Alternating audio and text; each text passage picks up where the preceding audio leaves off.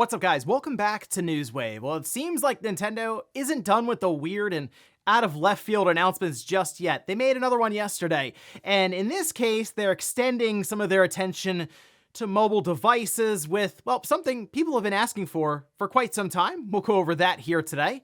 Also, we are going to be talking about PlayStation Plus games for the month of November, with one title actually releasing directly into the service.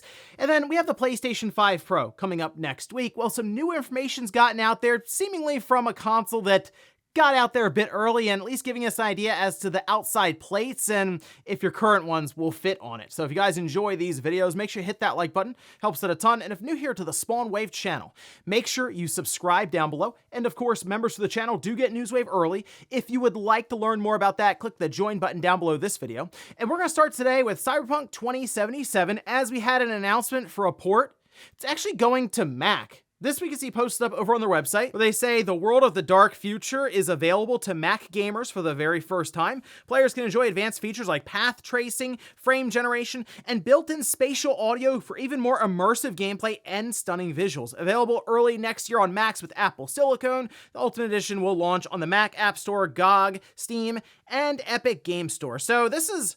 Whenever I see these announcements for just Mac, specifically with the Apple Silicon, like the M series chips in particular, it's interesting to me just to see what these chips, M1, M2, M3, M4, that's actually coming up with that Mac Mini that, you know, I'm kind of interested in maybe doing a video on that. I saw the specs and then the price, and I was a little surprised because the value is actually there for something like this, with a $600 Mac Mini with an M4 16 gigabytes of RAM. I'm curious how it would hold up with, sure, something like gaming with a Cyberpunk, but also with emulation and other just day-to-day tasks. At that price point, it's intriguing to me, and let me know if that's something you wouldn't mind seeing down below, because I even do like a teardown of it, and we check out really everything about this device. But yeah, Cyberpunk is something I'll be curious maybe to check out, not only on like an M1 Pro chip, maybe even on this M4, that happening next year. Also, we do have that Horizon Zero Dawn remaster that's now out, and you know, I was kind of curious about some of the comparisons for the visuals, since it's obviously the big thing they're leaning into here for this game. And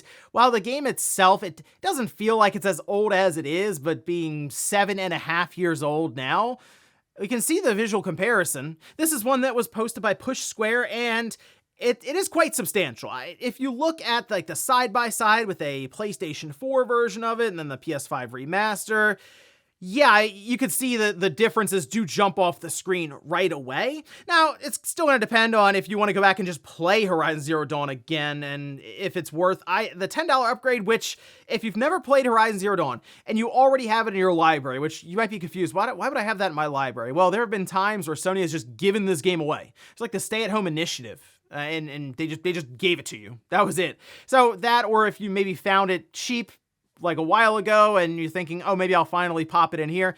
Honestly, looking at the visual upgrades and stuff, $10 actually feels like it's worth it in this case. But if you want to go out and pick it up right like now, even digitally, and it's like what, $40 or $50 or so, somewhere in there, that might be a bit of a harder sell considering how old the game is at this time. But I still enjoy the Horizon franchise, and I do actually recommend it to people. So yeah, I would say it's definitely worth that amount of money from a game perspective. But the remaster, certainly a bit more substantial maybe than some were expecting, just based on the early marketing for it. Oh, and it looks like that Alarmo starting to have some movement when it comes to the homebrew scene. This was posted up over on Twitter X. This is from Gary, showing that it is possible to run custom code on the Nintendo Alarmo through USB without opening it up. Now, there is a lot of work that went into this, and they did link their blog spot here, kind of detailing the process.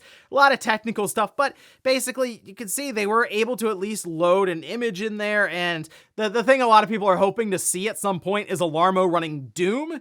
That's usually the benchmark. Can it run Doom? Since basically everything seems to be able to. I assume Alarmo can as well in some capacity, but it's just impressive to see this happen, and actually happen this quickly, because yeah, like the mod scene, they are very determined, even when it comes to a Nintendo alarm clock. And guys, with some of the quick news out of the way, let's get into the bigger stuff. Let's start right away with Nintendo, and now their second big announcement for the week, which the first one is exciting because it was Xenoblade Chronicles X Definitive Edition going to the Switch in 2025, and Nintendo just calmly dropping it on a Tuesday. Here's a big game you guys have been asking for years now, and it'll be out in like 5 months or so. It's like, oh wow, okay, That's surprising.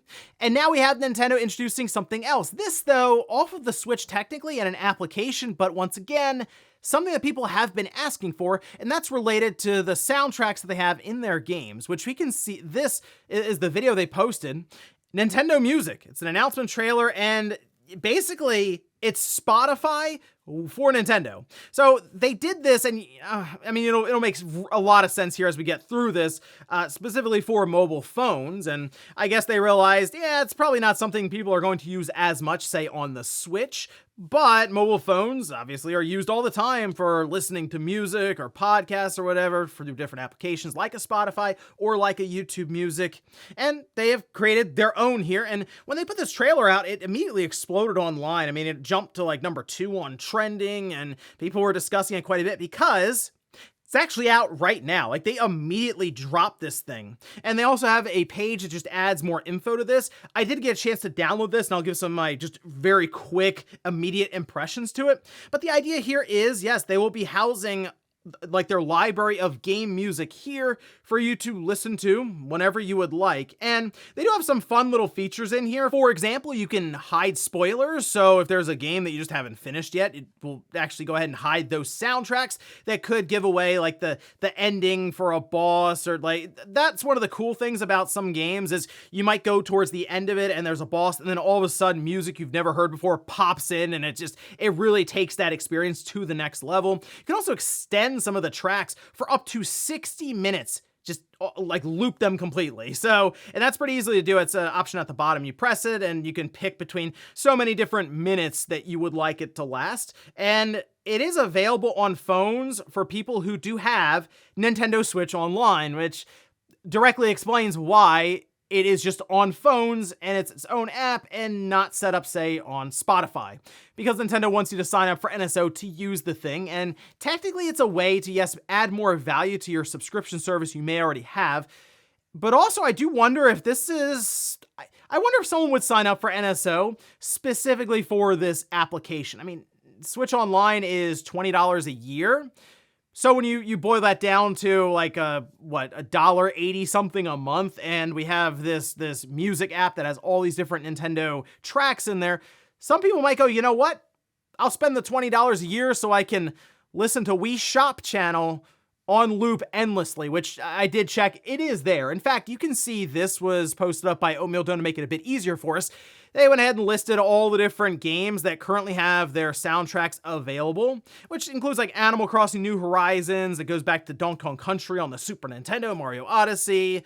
We also have Super Mario Brothers, the original, on the Nintendo, Dr. Mario from the Game Boy, Nintendogs from the DS, and like things like Pikmin 4 on the Switch. So some new stuff, some old stuff. I saw Metroid Prime was there on the GameCube, which is an awesome soundtrack. So there's some pretty cool stuff here to go through. They said they're going to add more stuff as they go along. So who knows what the cadence will be? I feel like this is a situation where they can add games a bit faster than what they do with Nintendo Switch Online when it comes to like the games. I feel like you have so many soundtracks and games and stuff you can add from all their generations, because you don't have to be like, okay, will this game run on the system and will we be able to get the emulation to where we'd like it to be? It's just like, oh yeah, let's just put these sound, like the music, the soundtracks on there, and that's kind of it. So it's something else, I guess, that can just be updated every month, something to look forward to. But it's just a fun surprise, something that you can just download right away if you have NSO and check it out. Let me know what you think, though, about the Nintendo Music app for phones, and if you got a chance to try it. Next up, let's talk about PlayStation Plus for the month of November, as we had the Essential games revealed yesterday, and one game in particular is launching day and date, and we actually already saw it get out there through ratings board leaks. But let's take a look at PlayStation Blog. We can see the card here where they have the different games, starting with Hot Wheels Unleashed 2, Turbocharged, PlayStation 4 and PlayStation 5. Ghostwire Tokyo on the PS5, which I still enjoyed that game when I played through it. It's a very different kind of game. I know it's we're not going to get a Ghostwire 2 Tokyo 2, I assume, at this time, because obviously what happened with Tango Gameworks, but still, it was a pretty interesting release. And then the big one here, at least the one that's really being marketed as the big one, Death Note Killer Within. It's on PS4 and PS5, and it is launching day and date into this service.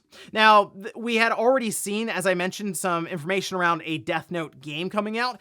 And we were kind of going back and forth as to exactly what this would be, and looking at the trailer for it, it kind of looks like it's an Among Us style game, just the visuals and stuff, sure, but also sort of how they had this set up in multiplayer fashion. Says the Death Note is hidden among the players, leading to a thrilling game of cat and mouse until one team overpowers the other. Each role has its own characteristics, allowing you to master a deep sense of strategy and tactical play. Depending on your assigned role, a wide range of strategies can be formulated, and each randomized scenario develops into a high-stakes game of tactics. And again, the benefit here is if you already have PlayStation Plus Essential, you can just claim it, download it, and try it out, which this is a game that I think would benefit from that anyway, because it's clearly, it's heavily reliant on a bunch of people playing to fill up these rooms, because it's 5-on-5, so you need 10 people in order to get a match started. But I don't know, interesting, I guess, game in that Death Note universe.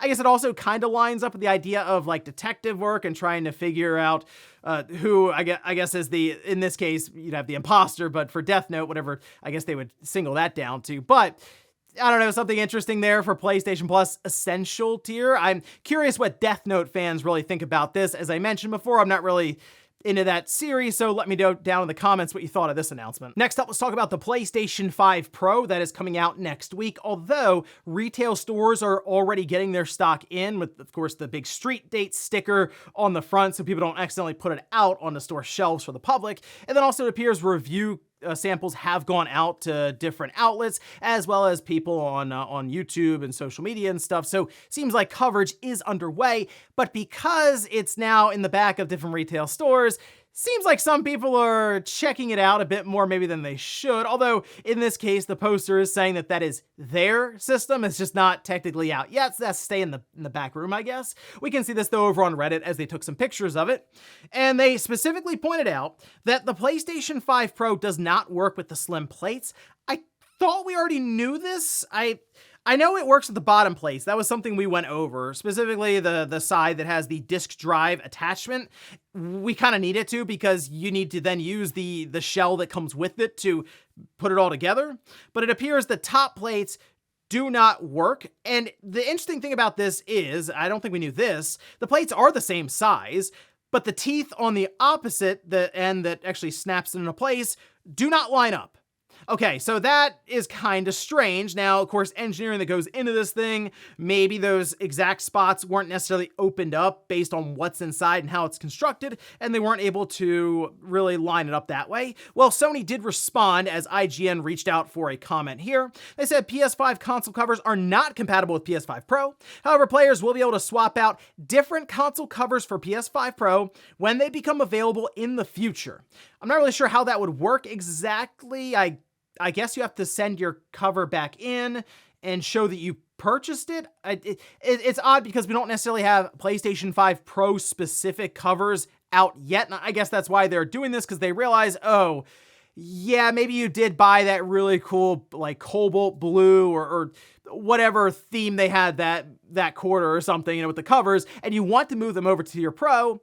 Well, technically you can't now, but eventually you'll be able to swap them out. So we'll keep an eye out to see if, I guess, they have some kind of program that they launch for people to send stuff in and get that all sorted. But yeah, kind of strange that they're the same size, but they don't necessarily click into place because they don't have the guides or the holes all in the right spots. Maybe that's something I guess we'll look into a bit more when I do get my PS5 Pro next week, because we'll do the full teardown and check it out a bit more in person here. But yeah, if you were wondering, no, any of the slim console covers that are out now won't fit your Pro, so sit tight with that one. But if you already have the disk drive attachment with that cover, that will actually fit up. And in our last bit of news, let's actually talk about what was really a report that got out there, but was kind of sketchy, and it had to do with Nintendo and one of their subsidiaries seemingly laying people off in a roundabout way, very similar to what we talked about with Bandai, where they have a room that they send employees to and hope that they'll kind of figure out that they're not really needed there anymore and see themselves out. Well, this, we can see, was posted up by Leak Press. This is translated, saying Mario Club Co. Limited, a subsidiary of Nintendo, has reportedly placed about 150 of its 400 employees in a situation similar to a dismissal room. Mario Club is a 100% subsidiary of Nintendo, whose main job is debugging Nintendo game software, and in recent years has also been providing operational support for Nintendo. Now, Mario Club for a while was just part of Nintendo, like within Nintendo. In the building, they were just considered part of Nintendo, but in 2009, they officially became a subsidiary and basically are treated then as kind of their own thing there, and that's why it's mentioned with 400 employees, 150 of them then going to the dismissal room. Now, this was a report that floated around for about a day and a half before Eurogamer was able to get at least some sort of response from a Nintendo spokesperson who says, "We have confirmed that Mario Club Co., that the rumored information in the report is untrue." Now, Bandai also kind of pushed back with a report that was put out there, from Bloomberg, and theirs was a little more specific, like not necessarily saying, hey, this entire thing is untrue, but they picked a few pieces that they were like, well, that's not correct necessarily. So it wasn't like Nintendo here where they're like, no, that's just all incorrect completely. Now, obviously, Nintendo, I feel like, is going to go ahead and push back on what's just seemingly a very obscure blog almost posting about this with a rumor tag on it. So it's not like I feel like most people were even taking it seriously at that time, but Nintendo coming in, yeah, they're going to say, no, we're not laying anyone off. That's not happening. But technically the dismissal room is like, is that laying people off, or is this that letting people kind of find their way to the exit themselves? So at this time, I would side more in line with Nintendo here, just because the source was already extremely sketchy, and it's one of the reasons I didn't cover it right away, because I figured it's something that if Nintendo feels like they need to put a response out, we might actually get more information around it, or they'll just shut it down completely. Here, they decide to shut it down completely. So unless I see a follow-up from a Bloomberg or a major publication that's willing to back this, I'm going to probably leave this one in the rumor busted, untrue category, at least for now. And before we go to the comment of the day, we'll take a look at the poll that I posted up yesterday, where I ask, what's your primary computer platform? Oh, and if you're using Linux, is it loaded onto Windows PC hardware or a Mac? And I was trying to figure this out because I wasn't necessarily asking what operating system are you running. I was curious about like the hardware that you're running on. So like if you're using a Mac, you know, you're buying that hardware from Apple. It most likely at this time their own silicone and stuff. That's kind of what I was trying to get at here. But we can see, I mean, 87% Windows-based PC, which makes sense. If you have a gaming PC, you're most likely, it's Windows, right? Like that's obviously, I mean, I guess you could use a Steam Deck then, and Steam, either way, you're most likely to be using Windows, but 13% with Mac. Back in the day, it was always that Mac versus PC mentality, and I feel like even then, it would have skewed still heavily towards PC, but even more so than this. It probably would have been like 95-5 or something. So I will say Mac has obviously built up to where they have the iPhone, and it's like, it's just unrivaled for the most part, but any one single company and single phone. But even like when I see the Mac Mini go for that kind of a price, it is surprising to me based on the history of Apple and what I remember from way back in the day, where it was like, the thing may as well have been made out of like solid gold or something with how much it was. So I think I'm going to look into this Mac Mini and be kind of interested to see how it all turns out, especially from the build quality, but also what that M4 chip is able to do. And we'll finish up with the comment of the day, as you're seeing here. This is from Kyle's Game Room. It says, the one Wii U game I'd love to be ported would be Yoshi's Woolly World. It has so much charm in its visuals, fun soundtrack, and overall fun, family-friendly platformer. Crafted World did not live up to its predecessor. So, the funny thing about that is I feel like Nintendo isn't done with their Wii U ports, and that feels like it's primed perfectly for that cross-generation period.